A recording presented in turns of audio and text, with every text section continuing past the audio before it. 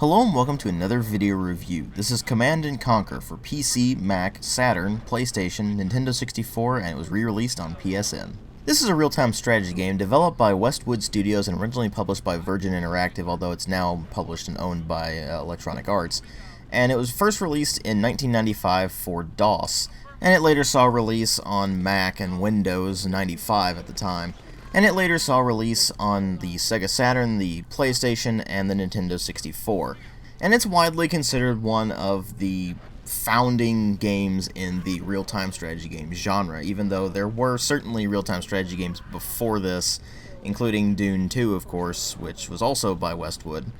And this is basically if you took Dune 2 and expanded it into a form that is really very recognizable to a modern RTS player. This is really the era where the real-time strategy game as we know it today was being founded.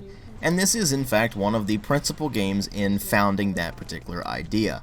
Of course at the time it was seen as something completely revolutionary and was incredibly well received at the time, even though other titles in the series have actually eclipsed it. For example, the original Command & Conquer Red Alert 2, Tiberian Sun.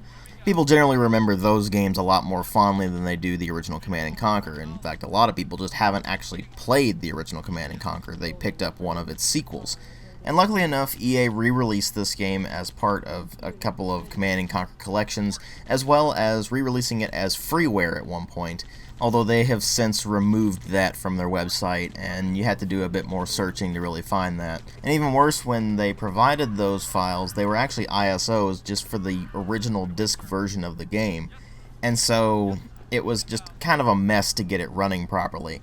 So you may just be better off actually getting the pack that includes all of the Command & Conquer games, including all of the expansion packs, which the freeware release did not have. So even though I normally provide links in the video description if the game is freeware, I'm actually not going to do it in this case, purely because of the fact that it's such a pain in the ass to actually get running anymore. Especially if you're trying to get it to run on Windows 7 or, God forbid, Windows 8.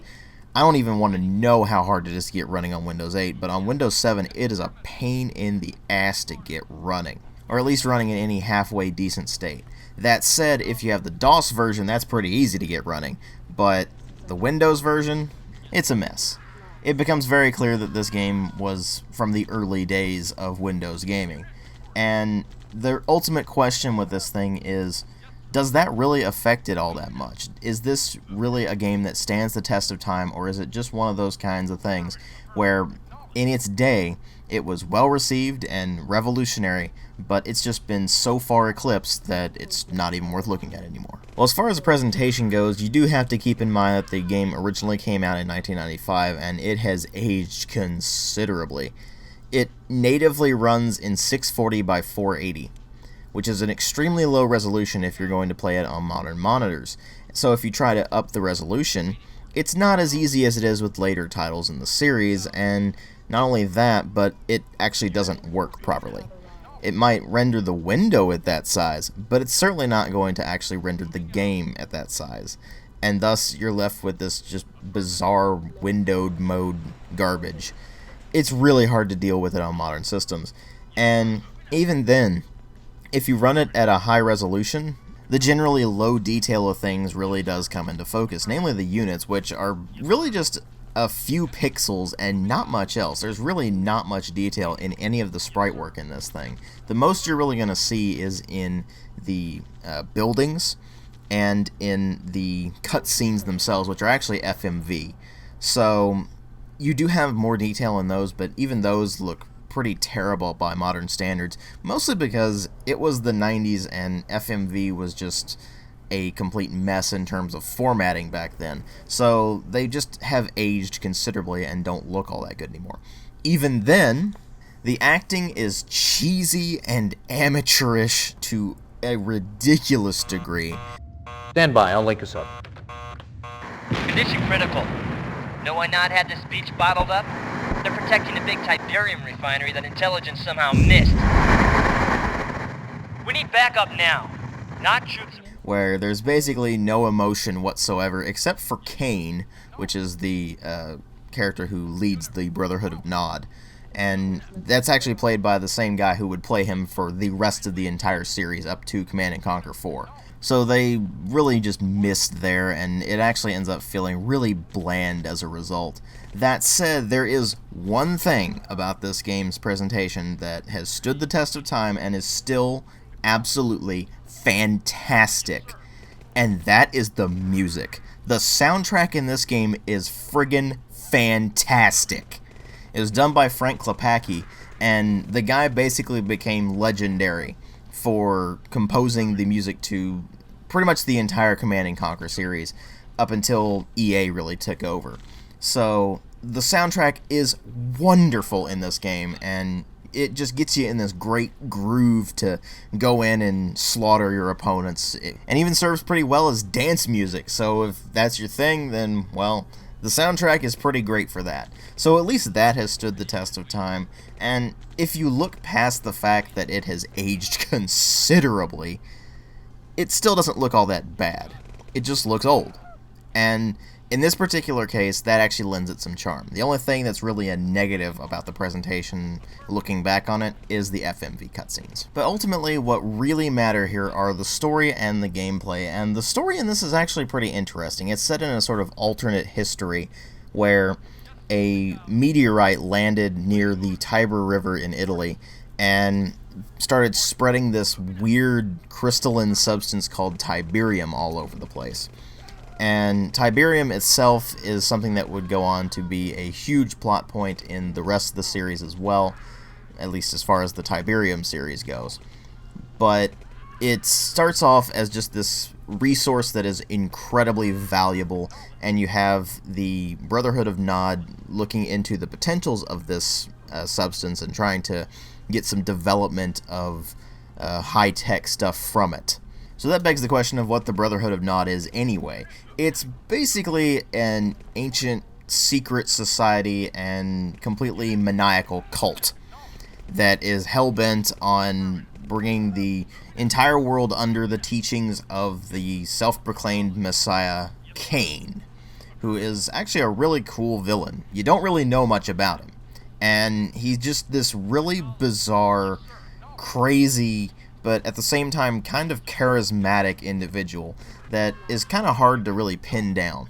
You're never entirely sure what he's planning or why he's planning it, and that element of mystery does lend itself pretty well to the character, and going forward into the series, things get a lot better with it.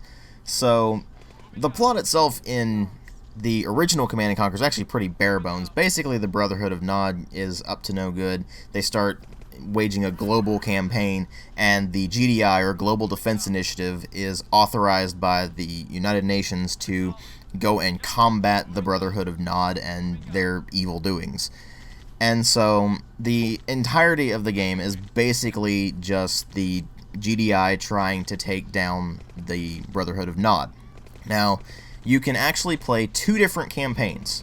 You can either play as the GDI, or you can play as the Brotherhood of Nod. And each of these campaigns is going to have you doing different missions in different ways, with the GDI doing basically conventional warfare in a very modern sense, where it's a combination of infantry and vehicle support that is designed to basically smash the opponent with shock and awe tactics, whereas the Nod try to favor more stealth and speed, and thus most of their units lack the same kind of punch that the GDI units do, but they're definitely faster and they're usually cheaper as well.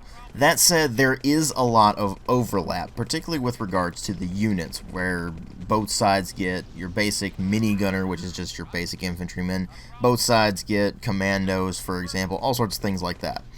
And so you do have a variety of units available to you to actually be able to smash the opponent, and some units are better against other units than other types of units are. For example, minigunners, the basic infantry, are basically useless against vehicles, but rocket soldiers and other vehicles are more powerful against vehicles. So it's generally advantageous to have a good mixture of units going into it. Of course, the campaigns prevent you from getting certain types of units at certain points, so you will start the game off and basically all you can train is infantry. And from there, it goes on to allow you to have more and more stuff as you progress. And generally the game plays out a lot like Dune 2 did, if you're familiar with that, only with more convenience features, namely things like being able to actually just select units and move them around with a single click as opposed to having to click around in a menu to get around to things. And multiplayer was a fairly big feature for it, so they did have the options for network and online play, which at the time was at a certain configuration that you can't really get anymore.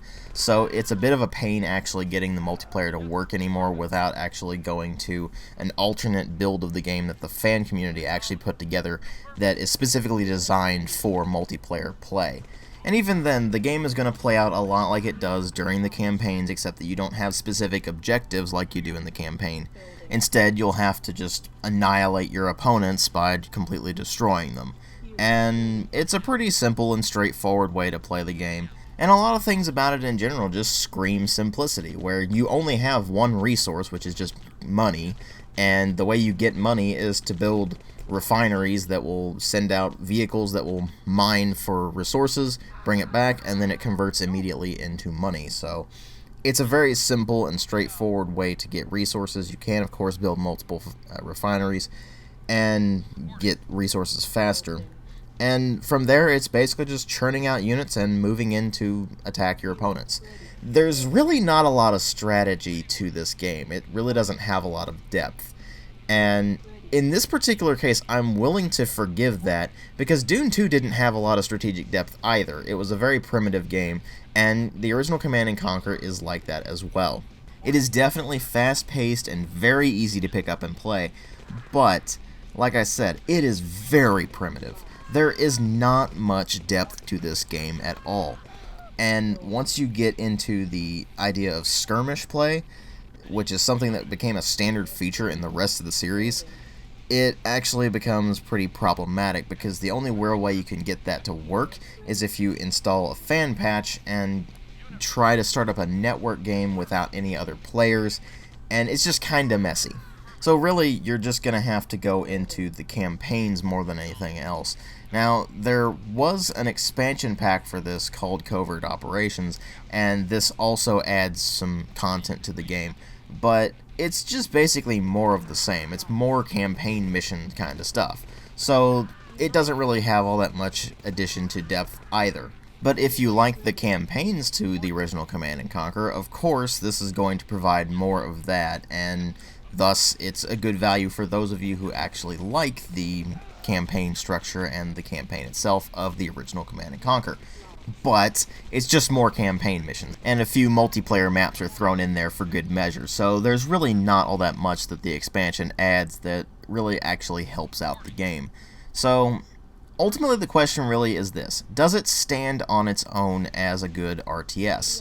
Not really. Not in hindsight, where so many games in even its own series just completely eclipse it. Whether you're talking about its immediate successor, Command & Conquer Red Alert, or whether you're talking about its full-on sequel, which was Tiberian Sun, or Red Alert 2, or even further on than that, in terms of strategic depth, this thing has been completely eclipsed, and in terms of features, it's also been completely eclipsed. Add to that the fact that it's not exactly the easiest thing to get running on modern systems, and the only people who are really going to be able to get the most out of it are Command & Conquer fans. It's really hard to actually recommend picking this thing up anymore. It definitely has its place in RTS history, and it's definitely a lot more playable than Dune 2 is at this point, but ultimately it feels more like just an examination of RTS history. If you look at it from that perspective, or if you're already a Command & Conquer fan and you want to go back and try the original game, I can recommend it in that sense. But as far as an actual straight-up RTS goes, it's really too primitive for its own good. And thus, if you're at all experienced with real-time strategy games that came out after this that were more complex and really more taxing on your brain, this will feel like something that was meant for casual players. That's not necessarily a bad thing, but again, it's just hard to recommend. Thanks for watching.